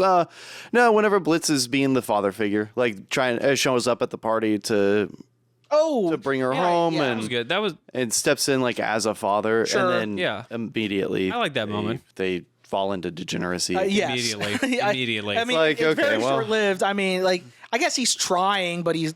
I mean, Sorry, I thought that's what you were talking about when he looks at the phone whenever Luna's calling him. oh no. It's that point where like he's hit his like lowest low and where he feels the most empty, where he feels like his relationships are meaningless. Oh, He's feel gotcha. like that little moment when he's like shedding tears, Okay. like that almost got me. But the show immediately cuts away from that, and like you didn't even last long on your biggest moment. Basically, what broke him was the image of seeing him with his twin sister and their mom. Yeah. I believe is what it was. I believe that's what broke him probably. or something. Oh, gotcha. Okay. Yeah, that was at the end of episode 7. Again, in a vacuum, that scene really works if it was properly built up. If I actually got to, if there was anything likable about Blitz, just no. No. It's the episode 8 thing. It was I don't know, man. The father figure thing, not because of my dad, but My dad. Yeah. We crave I don't know, fatherly man. affection. Like that's an actual value, one of the very few that were expressed in this show. That it's like, okay, at least there's like something. Yeah. And they kind of reintroduced that in episode 2 in episode 2 of season 2, which we'll get to because we're going to move on after we rate episode 8. I'm fine with 1 or 2 on my side. 2. 2. Oh, 3. 3? Okay. Gotcha. Actually, Sure. I'll jump up a little bit. He loves the show. Yeah, for sure. So season 2, we're gonna rate this a little bit differently. Oh my! Because we're not about to do Christ. this episodically because have already been doing this for an hour and 50 minutes. Yes. Yeah, we. Time flies when you're having fun, huh? So we're going to sum up season 2. We're only going to hit certain points. We're not going episode by episode. We're just going to sum up season 2 and the story it was trying to tell. Because honestly, since it is an overarching story, I think it's fair to approach it this way. Just as in a broad way, yeah. Season 2's fucking gay. All right? Yeah. Holy crap. I felt gay watching this season. That's funny. But I mean, like, even so, I know we're not going to go episode by episode, but the way it starts fucking boggles my mind. How it introduces that Blitz the O is Silent met Stolas when they were children. And I'm like, what the fuck? Where the fuck did this come from? And I think they're like, I don't think this was planned at all. Right? I think like this was their way of like showing like, oh, well, this is why Stolas actually cares very deeply about him because, you know, like it was from something from his childhood or whatever. No. This does not work. This is awful. God, no. And I also hate that they're really trying to have Stolas in a super, like in a sympathetic light, as if he's the one who is suffering from this awful relationship, when he is the one who has been demeaning towards Blitz, the O is Silent, throughout their entire relationship. Okay, because that's what we're primarily going to talk about, right? I guess Yeah. just how awful that story arc is. Yeah, the problem with the story arc is not only the fact that that Stolas has pretty much treated Blitz like crap the entire show, and now they're trying to point him to the sympathetic character. It's just the whole direction that they're trying to go with the characters. Why Stolas and Blitz? You have this whole crowd of characters within the main group. You have Moxie, Millie, Blitz, and Luna. Why not focus more on them? Thank you. Why not focus more on those characters? Why are we going outside of this main group and trying to focus on this relationship dynamic when it's not even interesting, when it wasn't well established in the first place, when Stolas was clearly an a-hole? Why are we now going this dramatic route with them? And why are we painting Stolas as the victim? It simply does not work, and it's infuriating. It's even more infuriating when they get to the second episode of the season 2. God, they reintroduce the Doctor. Now the whole drama of episode 2 is just out of the picture. From season 1, From season 1. It's just out of the picture. It doesn't even seem to bother her anymore. Now the story's about like, oh, we had this special night, and we were supposed to do this together. I was like, look at the stars. I was like, the whole season is focused on their relationship, which should have already been dealt with by the end of episode 2, and it's frustrating that it's the main focus. That's why you have the hat.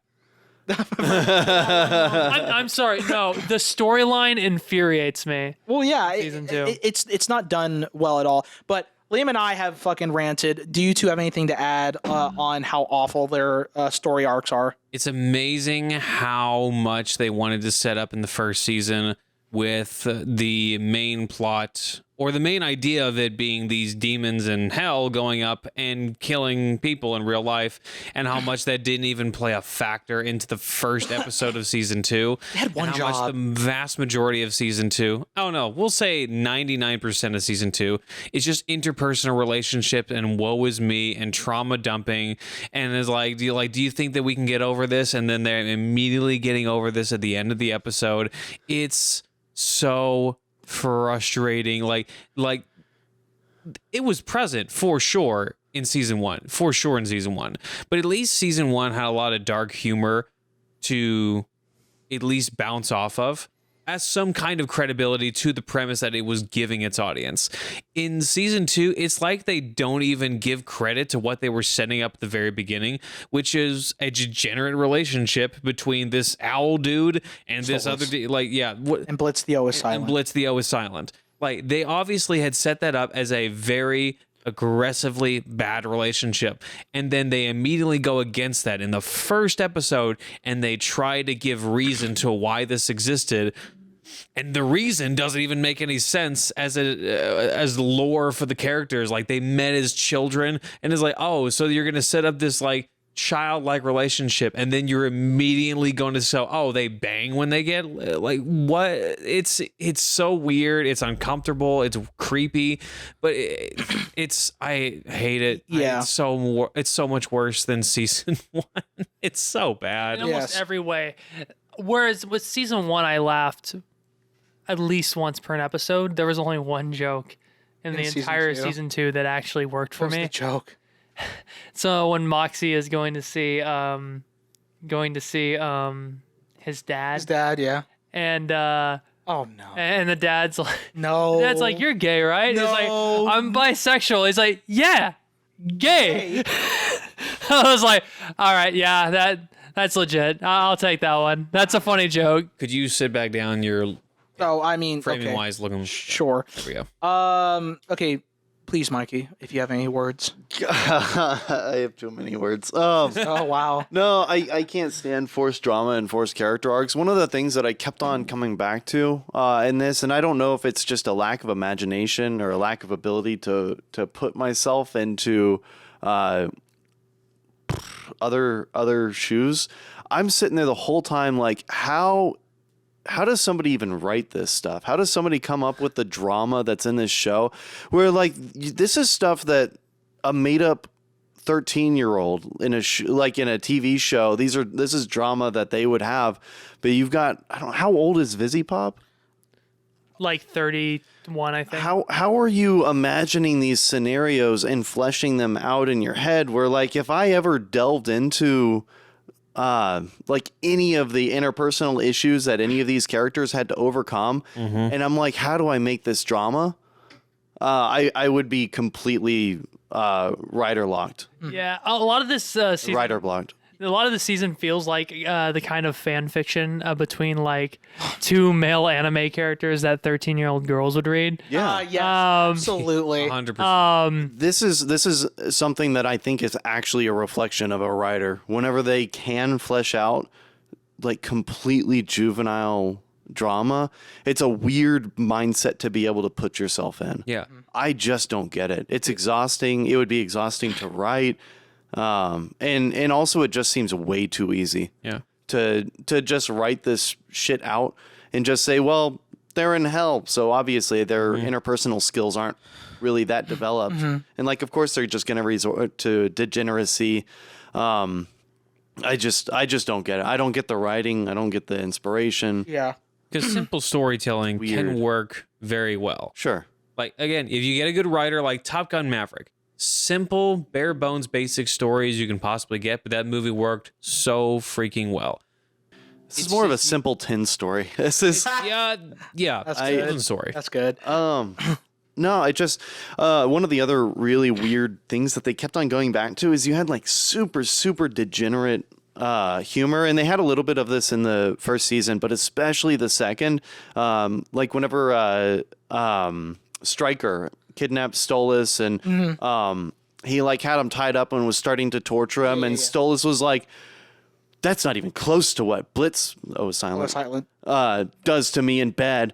And he's like, he acts horrified, and then Moxie does the same thing, and Millie does the same thing, and Blitz does the same thing, and all of these characters who are complete degenerates are also horrified by other degeneracy that like isn't even close to how it's weird. It's weird. Like whenever Fizz is up on stage and he's like, keep that guy away from me, because he's talking about like having like 4 of his vibrators or whatever. Yeah, it's like, this is a fucking weird. This is weird. You know, and it's especially funny. It's not self-aware. It is the not- record. Well, you want to talk about lack of self-awareness. The whole show, especially season 2, I get that their target audience is furries, and a big portion of the like target audience is probably made up of like homosexuals or people that have like Whatever, alternative sure. sexual feelings like this.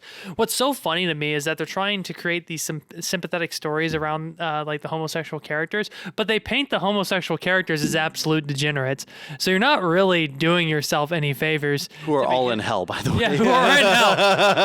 So you're not really doing. Not gonna touch that, but I'm just gonna point it out. I'm just gonna point it out. You're not doing yourself any favors with the message you're trying to spread. This isn't this is the writer put in the show, by the way. Yeah. Okay, so also, here's another probably huge issue with the characters themselves. Oh, yeah. If you think about it, all the characters have the same issues. Yep. No, Nope. They do. Blitz the 100. I Old was gonna Silent bring it up. Has, basically, he has shitty dad, right? Because so he had bad dad, horrible past relationships. Okay, Luna has a bad dad, fears being alone, same as Blitz with an O, right? They both fear being alone. Moxie has daddy issues. Okay. Is afraid of being alone as well because he loves Millie so much. Millie, who again doesn't really have anything going for her, but I guess you could say had a bad ex. You know, she craves attention. Like she's the only one she's not plagued with those similarities, but she has her own problems of not really being a character. Yeah. She's got nothing going on for her. Luna doesn't really even talk this season for valid reasons. Yeah. But like, well, it's because like the actress's like boyfriend died, so she wasn't like recording. Okay. Yeah, that's why apparently she wasn't.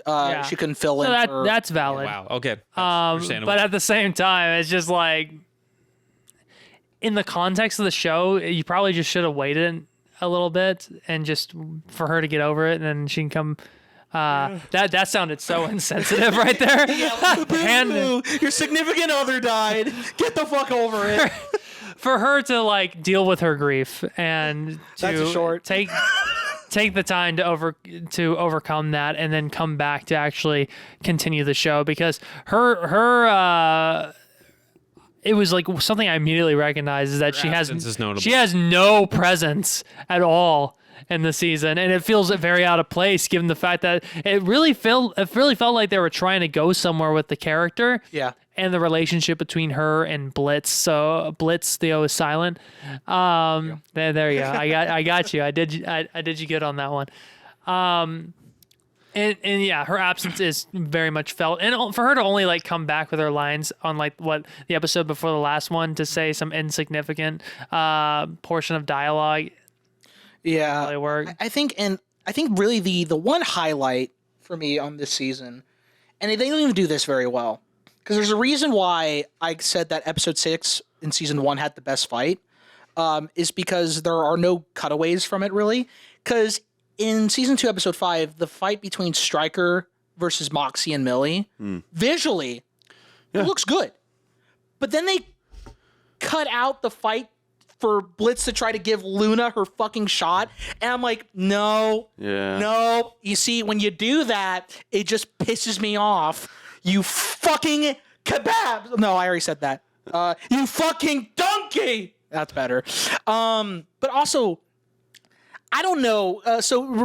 They had like the Western kind of song playing during the fight, but then like they hit the jukebox or the stereo thing and plays some hip hop. No, some K-pop shit. I don't even know. Yeah, somehow shooting it turns the channel.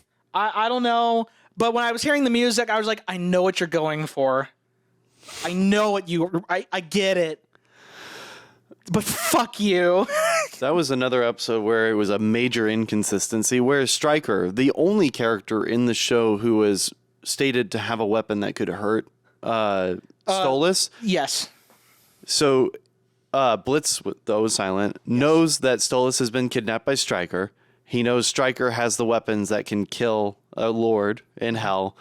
And then at the very end of the episode, Blitz, though is silent, says, I didn't know you could be hurt. No. He knew he could be hurt, and he knew he was kidnapped by the only guy in the show that could hurt him. Yes. What are we talking about? I will Plus say in the in the episode where he was introduced for the first time, he had a very specific device to kill royalty. So he knew for sure that he can only hurt this guy through very specific means. And it was rare because he acknowledged, where'd you get that? Yes. He knew Stryker had...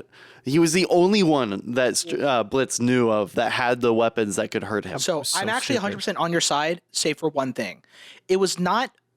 so 99%, I guess. So it was not actually Blitz who identified the angelic weapon. It was Moxie. But at the same time... would Moxie not have told Blitz about... Oh, yeah, Stryker had this fucking angelic weapon, and he was going to use it to fucking murder Stolas. Now, you could have... What you could have done was have a scene maybe in that episode where to make it to where, like, you know, you could still have that scene where Blitz is like, I didn't know you, or with the O is silent, where, you know, like, I didn't know you could get hurt. Have it to where in that episode where Moxie tells Blitz about the O is silent, about that weapon, Blitz with the O is silent can just say, Moxie, you fucking idiot, that's bullshit. Like, what an angelic weapon? What kind of fucking nonsense is that? At least, like, he Blitz the O is silent. He's an asshole. I could totally see him just disregarding, the intel that Moxie gave him, I guess.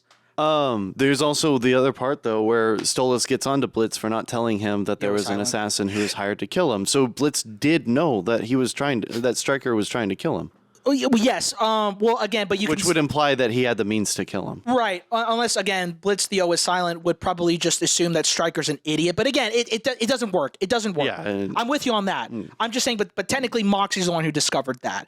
But I was actually really wanting to talk about that because during that whole fucking argument, when Stolas finds out that Blitz the O is silent knew about Stryker beforehand, he's like, you didn't tell me or anything like that, blah, blah, blah, blah, blah. You didn't think to do anything about it?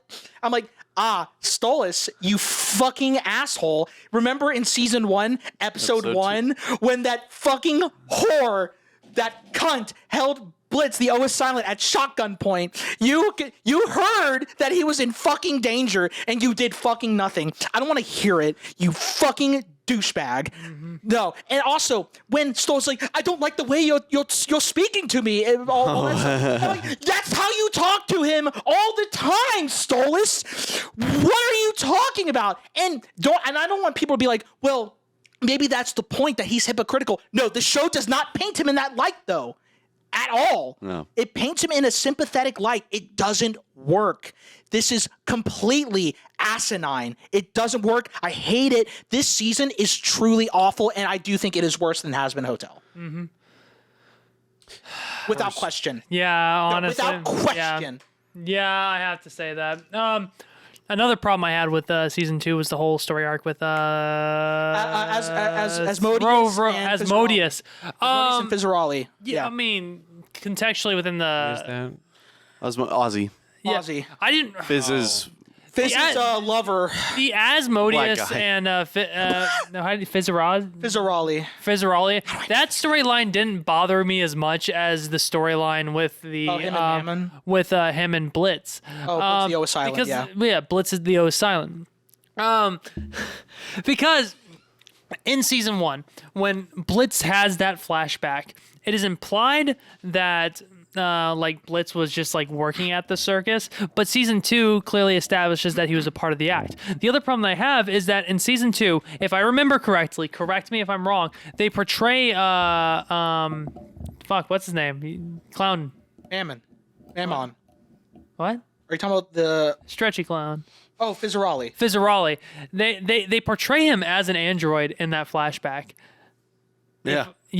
And season 2 clearly establishes that Blitz and Fizzaroli had no connection by the time he became an android. So that's just another inconsistency within the show itself. And I just don't understand the emphasis on trying to build such a big relationship between the two, because it just seemed like season 1 was just kind of pushing the idea that he just worked there, and he was just an asshole. Yeah. And then season 2 was like, oh no, they were childhood friends. Yeah. And I was like, you can't do that. You like when it comes to Fizzaroli and Asmodeus, that storyline was it wasn't great, but like I don't have nearly as many problems with that storyline as I do with just the pure inconsistencies, but between the plot the plot revolving around Blitz and Silent.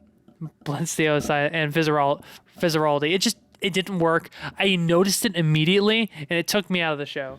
Yeah, well, I will say technically, and this actually doesn't matter to your point, but technically, I think they did introduce that Blitz, the OS Silent, and Fizzaraldi were childhood friends in season 1, episode 7, during the last scene where he's going through his pictures on his phone. Yeah. There is, I think, one photo of him and Fizz as children, I believe.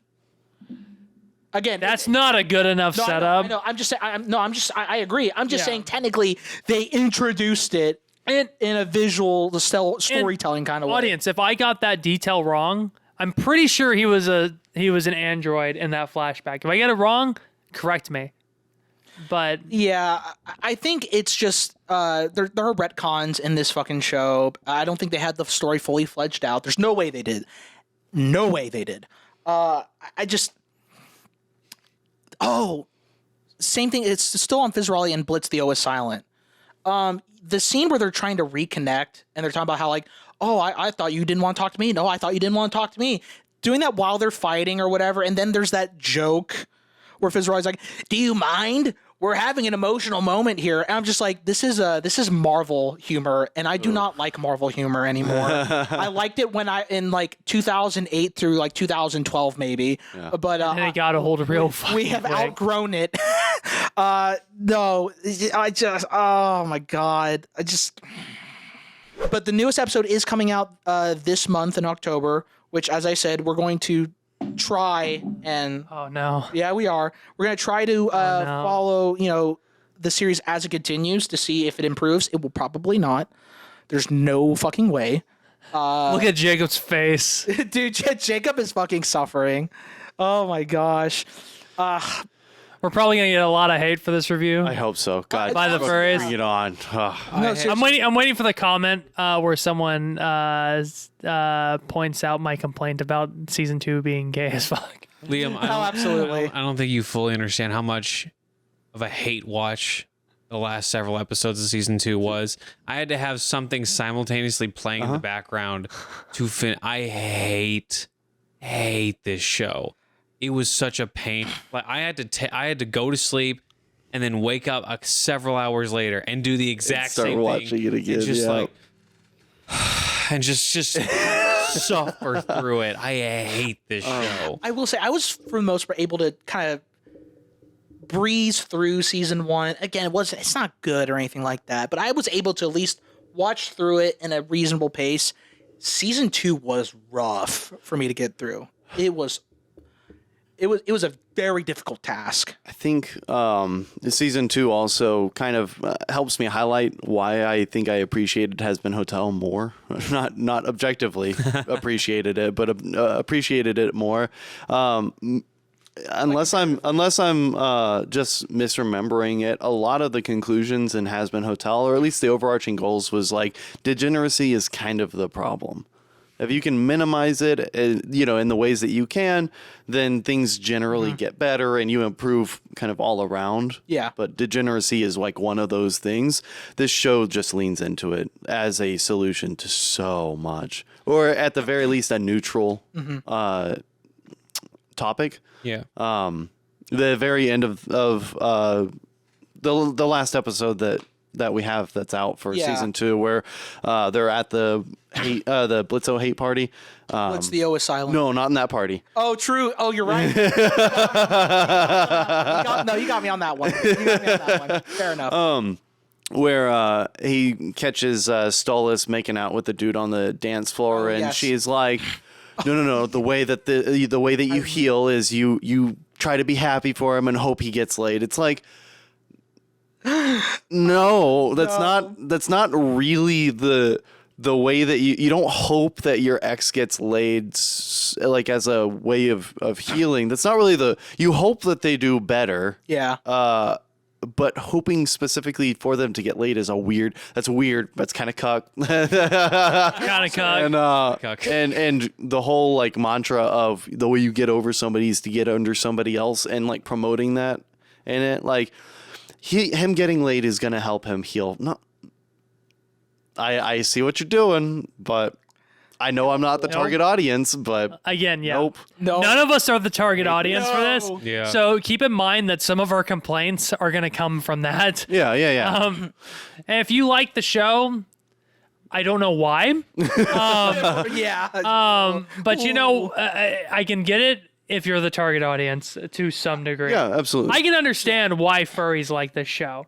Yeah. Well, Don't get me wrong. I totally understand why, because it speaks their language in absolutely. almost every We single also way. don't understand furries.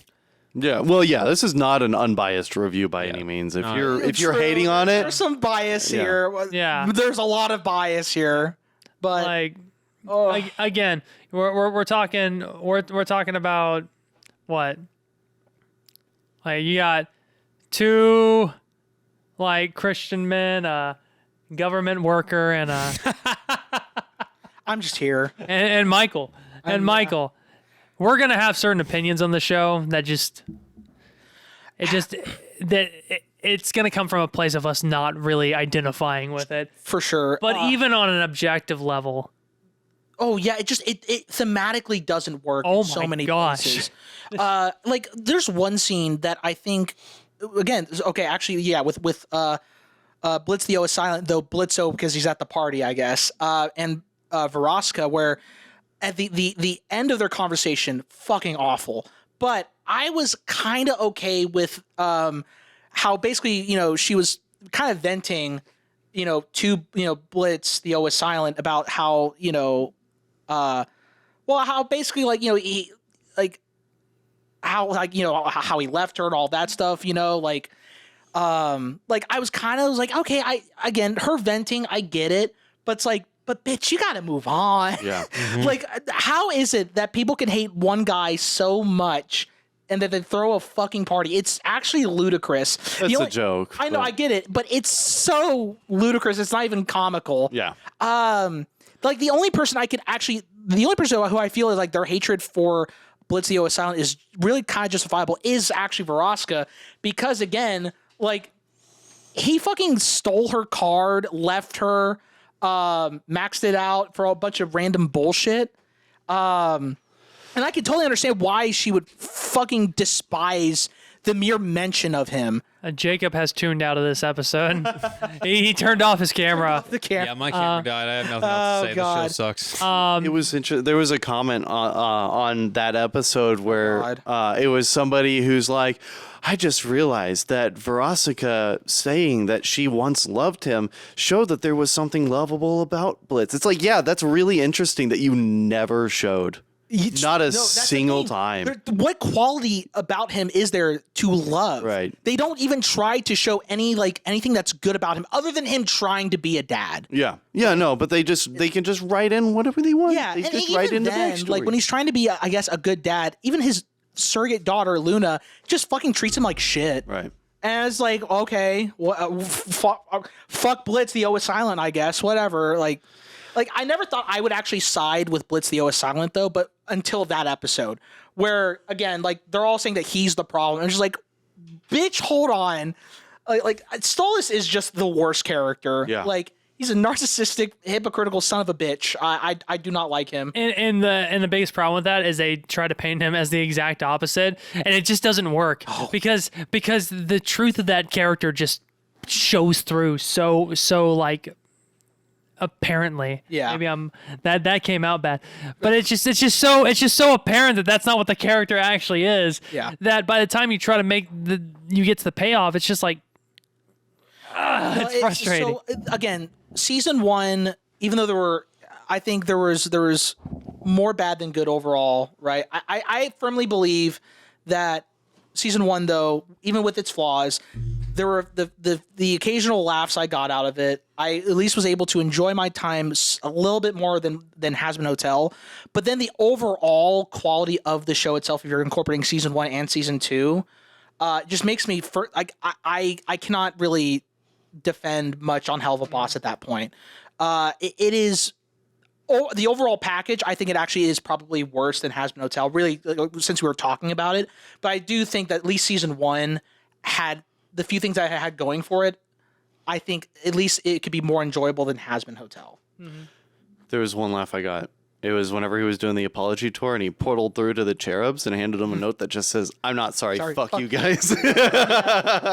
That's pretty good. That was the only time I laughed. But overall, it was, man, it was a hell of a bad time. I really wanted this show to work because, for me, I like the idea that an indie animator can really produce something that is better than a lot of the shit we get nowadays, right? I mean, animation wise, it's certainly better than a lot of the shit we see on fucking like the animated shows we see on Netflix, Daily Wire. Daily Wire. This show is the opposite of Lady Ballers to me on the worst way possible. Yeah, Which is better? Lady Baller Ballers. or Helluva Boss? Lady Ballers. Hell of a boss. I'm sorry. No, I like. Hell of a boss. I'm sorry. Lady What? Ballers is terrible. Lady Ballers is No, Oh my god. Let y'all me are say this. Crazy. Season 1 of Helluva Boss is better than Lady Baller. Season 2, though, is fucking close. I dare say, I do think it might just be like as bad. Season 2 is a huge drop in quality, and there wasn't much in the way of quality to really speak of. But anyway, I think we've really talked about this long enough. I think it's about time we kind of wrap this up. So let's go ahead and just, how do we rate the entire show as a package? All right, let's start with Mikey, the one who probably hates it the most. As a package? Yeah, as a package. Oh my god. Season 1, season 2 together. I literally, it was basically the equivalent of holding my nose and just downing it because trying to watch that in the span of a week was Yes. horrible, dude. I dreaded having any free time because I needed to watch the show. And so I wanted to keep myself as busy as I possibly could. And every time I had any downtime and I put on like a YouTube channel that I really enjoyed, I'm like, fuck, add it to the watch later and turn on Helluva Boss because I said that we need an HR department for the podcast because this is unacceptable. I'm actually offended that we had to watch this show. Holy shit. I am the HR department. God, we're fucked. You're the one that suggested this show. I'm the HR department. Oh my god. All right, yeah, that's it. It's pinch your nose and So probably like a 3 out of 10, 2 out of 10. 1 out of 10. What? Easily. Oh, wow. Easily. Okay. That's a horrible show. It should have never been made. Oh, damn. Okay, Jacob. Oh god. He chose wisely, I guess. Oh god. This is so good. Furries should not make TV shows. Well, okay then. No, this was tragic. Same with Charles. I dreaded the fact that I had minutes of my day available to watch this show, and when I did, I had to have something playing in the background to distract me just a little bit from the fact that I was watching this show. I hated it. Like, as the show continued on, I hated it more and more to the point where I had to sit in that chair you're sitting in currently for like 30 minutes in dread of watching the rest of the show. I cannot believe we're actually doing this episode. All right, Liam. Listen. Ah, yes, Liam and his little Much as imp. I have talked about how gay the show is. Okay. HR? No. Bad touch. Don't do it. At least not on camera. Room for Jesus. The room for Jesus. Season 1 had me somewhat hopeful because, again, the humor in season 1 actually landed for me for the most part, and I was into it. Not the story, but the humor. And if they kind of just focused less on the story and more on the humor, I probably would have appreciated it more. They went the opposite direction. They were like, no, we have a good thing going with the humor. Let's throw that to the side and focus strictly on the drama. Oh God. VisiPop, don't write drama. You suck at it. You are a disgrace to writing. Yeah. No offense to you. You're probably a great person. I don't know you. No, probably not actually. Probably not. Probably not. If you can write this show, Listen, I choose to be graceful, no. Wrong. but man, stop writing drama. Focus on what you're good at. Overall rating, Animating. animating. I think she's good at. I think she should just be an animator. Yeah. No. Again, no matter what, I don't care. I don't care how much we may dislike this show. One thing we cannot take away is that she is a talented individual when it comes to animation. I'll give the series a 3.5 out of 10. Fucking hate this decimal nonsense. Okay. So we got- 3.6. Oh God. So one. So we got a 1, another 1, and then a 3.5. 6. I didn't give my right. Oh, okay. Well, what was your like rating? a 35 out of 100. What are you? Wow, did you really just do the math for I'm that? trying to like get a I get a 1.569. Okay, I just want to point out he just typed in 3 divided by 2 into his calculator.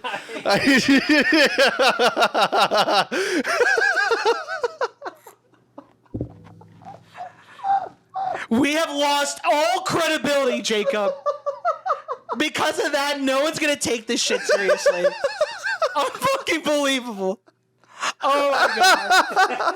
Edit that out. Edit it out. No.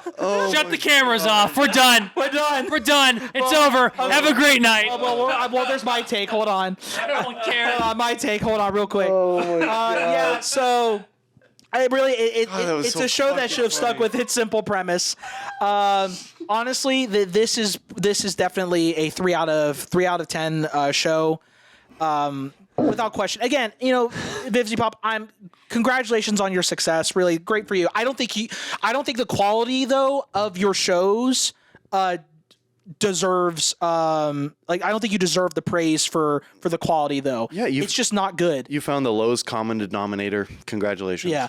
So my verdict, and again, I know it seems like, throughout this kind of episode, I was trying to defend it somewhat.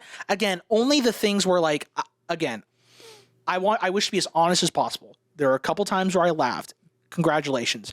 But that does not excuse the fact that the writing is just vile. It is demonically bad. It was a hell of a bad time. 3 out of 10. Awful. Terrible experience. Thank you for watching. Go fuck yourselves.